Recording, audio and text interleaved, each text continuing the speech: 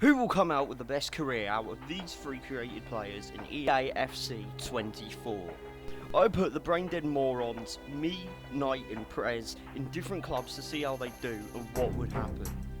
I'm at Forest Green Rovers, Prez is at Bradford, and Knight is at New York City FC.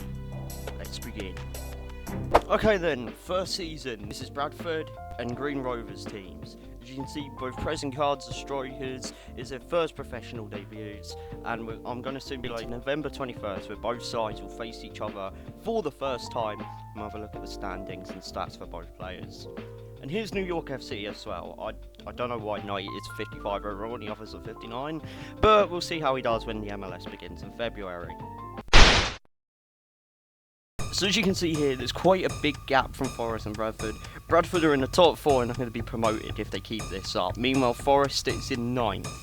However, if they win here against Bradford, they will be in the fight for the playoffs. However, with 29 games left this season, maybe it's a bit too early to make predictions. Despite their team's league stats, both Cards and Prez have 7 goals with 18 appearances. For strikers, that's not that good.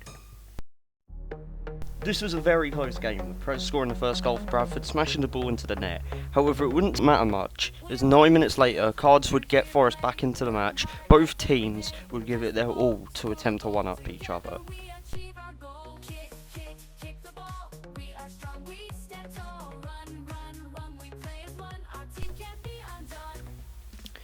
However, unfortunately, no team was able to take the lead before half-time. These teams were equal. During a corner from Forest Green, a defender from Bradford would accidentally knuckle away the ball, resulting into a ref calling a handball. The pressure is on.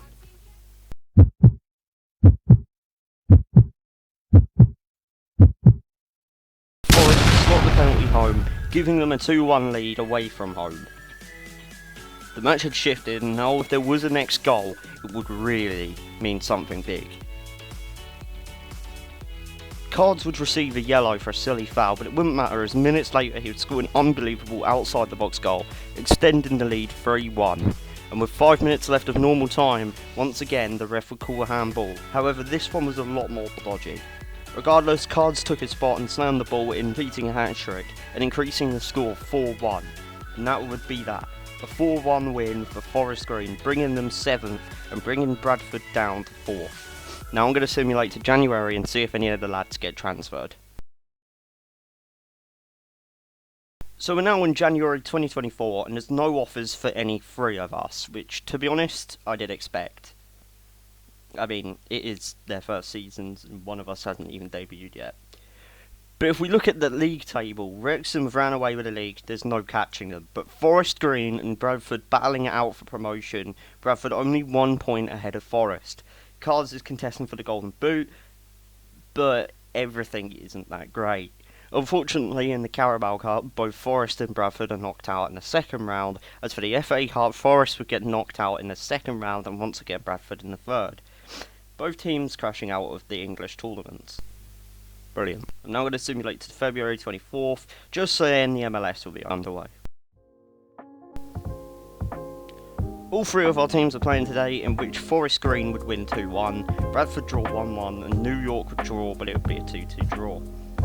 I'm going to simulate to May for the final games of the EFL. As we arrive in May, in the MLS things haven't been going too bad for New York City.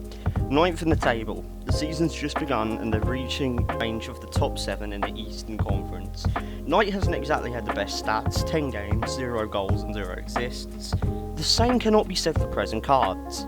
Prez has scored 18 goals and 45 appearances, ranking him 7th in the top goal scorers. Meanwhile, Cards has 25 goals and 44, making him joint first in the top goal scorers of the EFL. If he scores tonight, he'll be in definite first, in which he did, but unfortunately they still lost a match, and his opponent above him had scored 2 on the same night, making Cards the runner-up. With this final game, Bradford had to win to be automatically promoted to League One. If they draw or lost, they have to attempt to play in the playoffs. Last game in the EFL Leagues 2 season. They're away from home and the pressure is there, and they hit like a truck. especially as Accrington Stanley score a brilliant scissor kick in the first 7 minutes of the action, followed up by a headed missile just 12 minutes later, and in 6 minutes after that, they conceded a stonewall penalty due to yet another handball. Deja vu. The hopes for a guaranteed promotion slipped, and just before half time, yet another header is sure to seal Bradford's fate.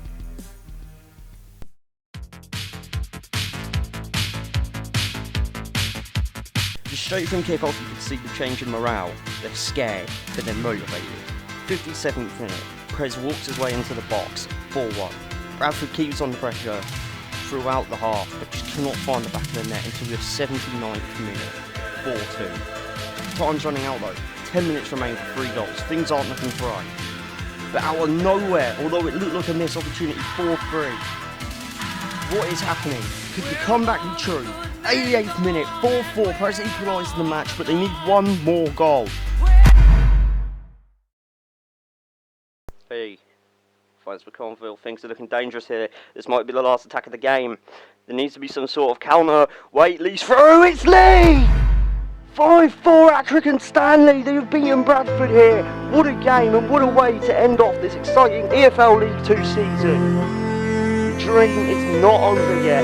Bradford still have a chance, they have to try and win the playoffs, but will the pressure of losing this opportunity get the lads down? We'll have to find out.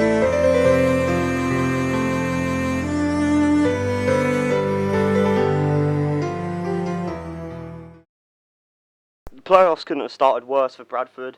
A 2-1 loss at home, but there's a second leg of which they bounced back on penalties, making it to the finals at Wembley against Stockport. Now or never.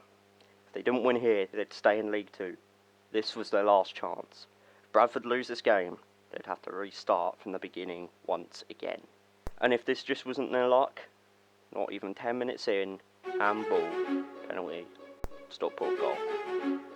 Things once again just weren't going their way.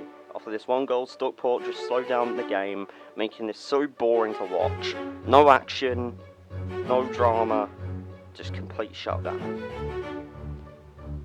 30 minutes later, just on the brink of half time, Bradford find an opportunity, but it gets saved. Just to drop back to Prez to equalise right before half-time whistle. Bradford had equalised. Half-time comes and goes. Now Stockport start to play again, and they were dangerous. Every shot heart-stopping. They would not let the possession fall until they did. The build-up was fast, electrifying. All it needed was the perfect finish.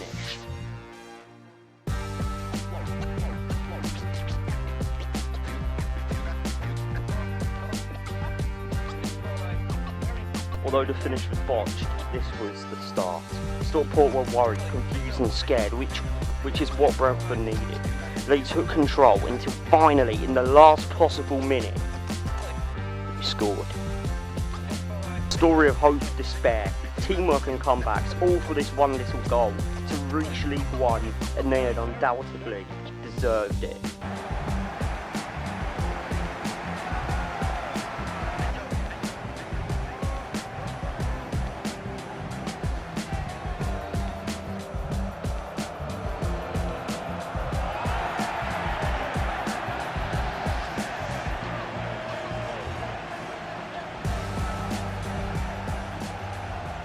Meanwhile, in the USA, things still look bleak for Knight, with New York City FC knocked out of the MLS. Knight running 31 appearances with 1 goal was enough to see him getting loaned out for a year to RB Salzburg in the Australia Bundesliga.